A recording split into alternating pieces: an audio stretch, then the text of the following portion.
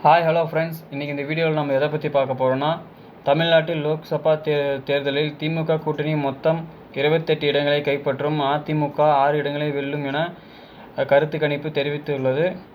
இந்த வீடியோவை நீங்கள் முழுமையாக பார்க்குறதுக்கு முன்னாடி நம்ம சேனலை சப்ஸ்கிரைப் பண்ணி பெல் ஐக்கனை கிளிக் பண்ணி வச்சுக்கோங்க. வாங்க வீடியோக்குள்ளே போகலாம். தமிழ்நாட்டில் லோக்சபா தேர்தல் திமுக கூட்டணி மொத்தம் 28 இடங்களையும் கைப்பற்றும், அதிமுக 6 இடங்களையும் வெல்லும் என கருத்து கணிப்பு தெரிவித்துள்ளது.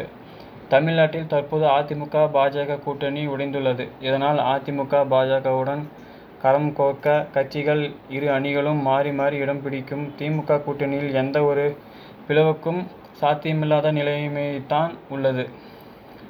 அதே நேரத்தில் பாஜக கூட்டணியை முறியடித்தால் அதிமுக முஸ்லிம்கள் வாக்குகளை நம்பிக்கையுடன் எதிர்பார்க்கிறது.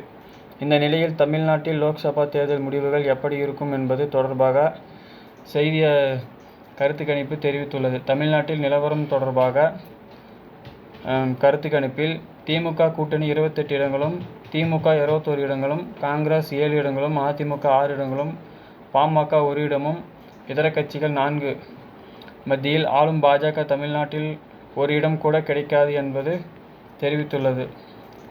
திமுக 31%, அதிமுக 25%, காங்கிரஸ் 11%, பாஜக 7%, பாமக 6%, இதர கட்சிகள் 20% உள்ளது.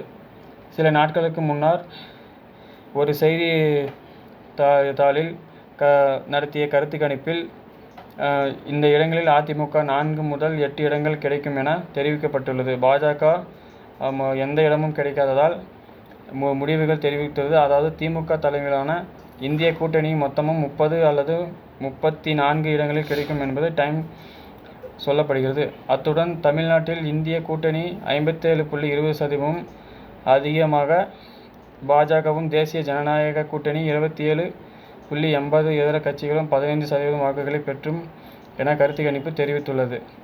ஓகே ஃப்ரெண்ட்ஸ், இந்த செய்தி பிடிச்சிருந்தா இந்த தகவல் முடிவடைகிறது. இந்த செய்தி தகவல் பிடிச்சிருந்தால் லைக் பண்ணுங்கள், ஷேர் பண்ணுங்கள், மறக்காமல் நம்ம சேனலை சப்ஸ்கிரைப் பண்ணி பெல் ஐக்கனை கிளிக் பண்ணி வச்சுக்கோங்க. நன்றி, வணக்கம்.